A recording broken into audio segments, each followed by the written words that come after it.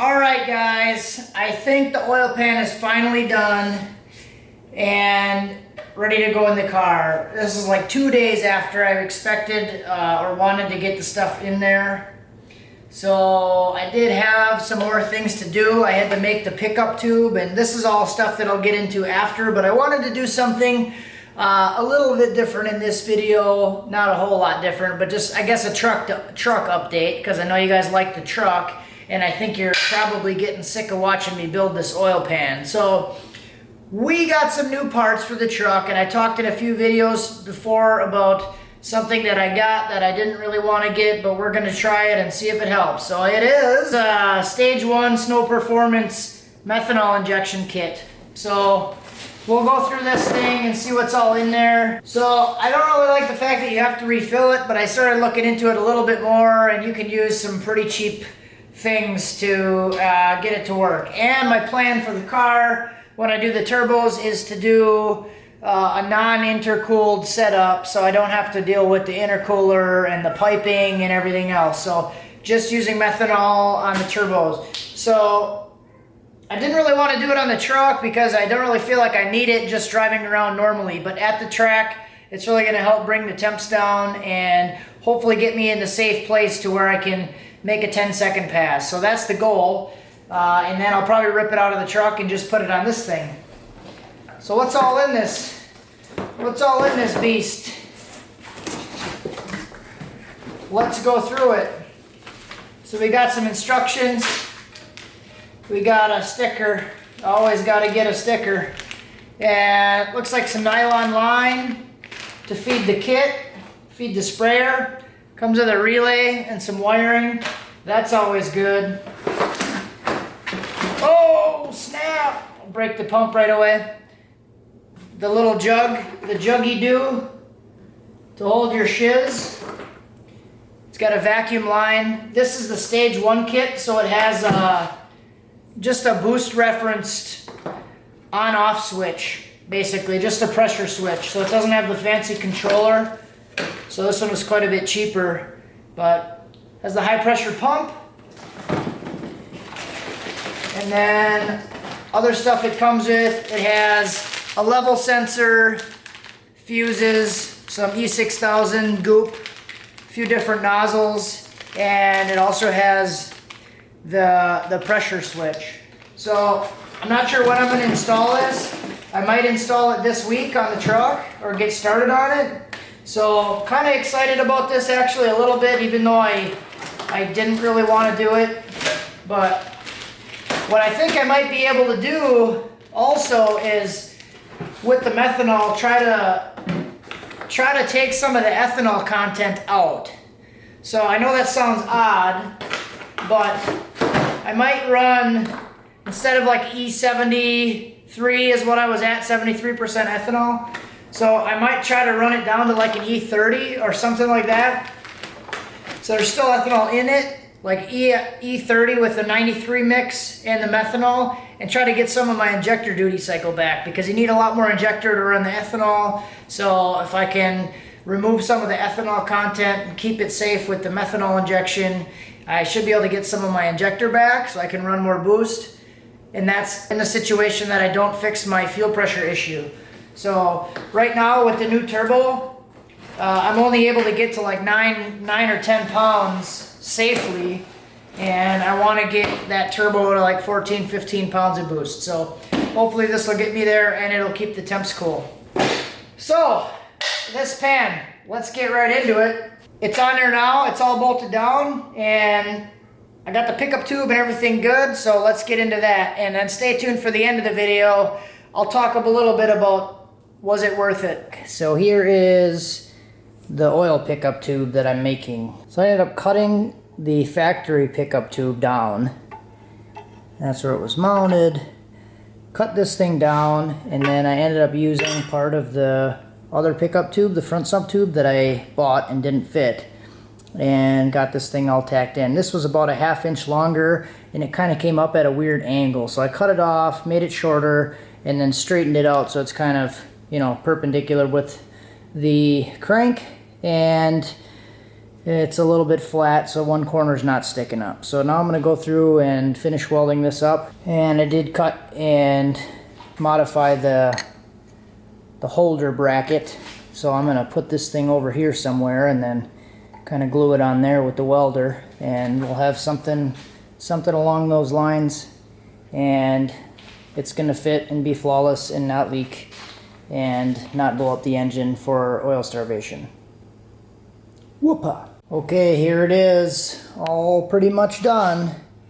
Welded there, cut that little deal down, welded that back on, and then cut the little support bracket, and it's on there. It's pretty good. I'll bolt it in. Should work. Hope it's not too deep. It shouldn't be.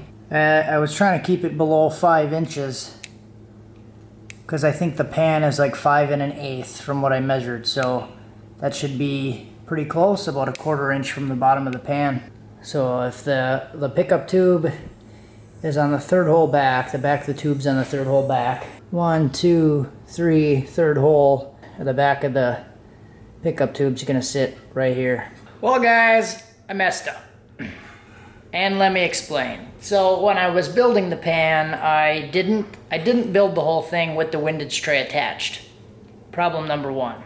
Problem number 2 is I measured this little lip thing for the front of the pan. So I basically measured it from the front, assuming that it was going to be the same on the back. So now the issue that I'm running into is, see this little spot right there? The pan is actually hitting right there, so it's not, so that would make sense why when I dropped it in the first time, why it crushed the power steering line, because the windage tray was actually holding the pan down. So I got a couple options. I could cut this open and like flip this over and whatever, but I think what I'm going to do is I'm just going to cut the windage tray off right here along this line and just leave this whole section off. I was going to try to do like a fancy cut and try to get it all nice, but I think I'm just going to cut this off. Reason being, this is a front sump pan, and if you look at the F-body windage trays, it's a rear sump pan, and this whole front section here is not on the windage tray. So it only has from here back. So it's kind of the same concept, just a short windage tray, but the back will be open instead of the front. I'm going to go with it. I'm going to have to because I don't feel like cutting the pan back up. So let's do that. I should add, I ran into some other issues when I went to fit it with the pickup tube. So I had to notch this back out and then bring this thing out. This did just come straight up. I had to notch this in about 1/4 inch and then around the front side here, because you can see the clear spot. That's where it was actually rubbing on the pickup tube, and then it was hitting on that side of the pickup tube. So had to notch this section here. I might buzz over this again with the welder and not put any filler on, but just kind of melt it over and make it smooth so it don't leak. But that kind of sucked. It took quite a bit longer today to do this than I was expecting because I wasn't planning for this at all. So that sucks. Okay, so pan is done. Done. I'm not doing any more work to it. So I welded this little plate on there so it kind of would catch oil if it sloshes. I did measure up to about here is 6 quarts in the middle of this little line here. So it should hold 6-7 quarts easily, and the pickup tube actually sits underneath this the way that it goes. So I measured this thing so it actually comes up and way up to about here. So the pickup tube will sit all the way to the back of the sump and underneath this little magical catch thingy. That's gonna work great. So right now I'm going through and I'm gonna RTV the bottom and top of the gasket, and we'll throw the pan on. And I also cut the back section of the windage tray off. So that's what it looks like. But basically the F body has this same section open, but it's on the front where the flat part of the pan is. So it's pretty much the same thing, just on a different side of the engine. Alright, so this oil pan, I know some of you guys have already commented on it, which is a valid point, was it really worth it to do this, in my opinion? Because it took me a lot of time to do it, and I didn't anticipate how much time it was going to take. It took a lot longer than expected, but I've never built an oil pan completely from scratch before. I've never TIG welded before, and so I guess that kind of brings up some of the good about it, is that I got a lot of time, a lot of seat time actually TIGging, and I was able to get it to work. So I got a lot of time practicing and kind of learned some things. I did save quite a bit of money by doing this, although it took a bunch of time. So I guess to me, overall, yes, I think it was worth it because I needed a custom pan for my setup because of the engine position, which I knew I was going to deal with that from the beginning. But the next question would be, would I do it again? So that I'm not so sure about. I don't think I would. If I would do it again, I would definitely think of some things I could do differently. So the angle here was a very hard angle to get to welding. So I ended up having to weld it on the inside, which ended up warping it a little bit. So, and then I ended up having to go back around the outside again and still re-weld it anyway. So I probably could have did the whole thing from the outside. So I did have that issue. I don't think the material needed to be as thick. I probably could have done a thinner material. This was 3/16, and this is 3/16 plate. And the reason I went with that is because the oil pan is 3/16, but it's 3/16 cast aluminum. So I probably could have went with a thinner plate and maybe been a little bit easier to weld, but it probably would have warped more too. So it's kind of hard to say. One other issue that I did have when I bolted it on, it cracked in the front. So I bolted this down and it cracked around this corner section here. So when I took it down, I had to grind that section out to get the pickup tube to fit. I think it weakened the front of the pan, and when I bolted this down, it cracked again.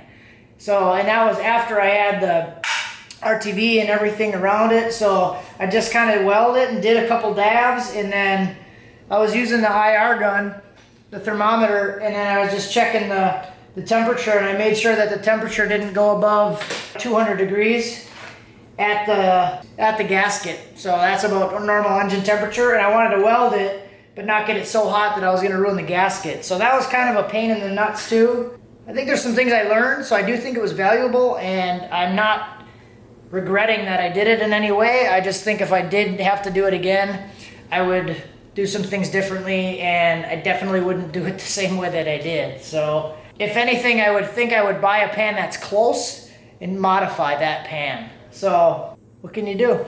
I mean, it's done. It's on. So, but I do think if I do continue to have problems with it, I may just buy one. So there's one I was looking at that's like 190 bucks. That's probably pretty close to this. I want to check the dimensions on it, but I might be able to use that one and then modify it a little bit if I have problems with this. If this doesn't leak and it doesn't crack anymore and I don't have any other problems with it, I really don't have a reason to change it, but I'm always on the lookout because we just never know. That's it for this one. Thanks for watching.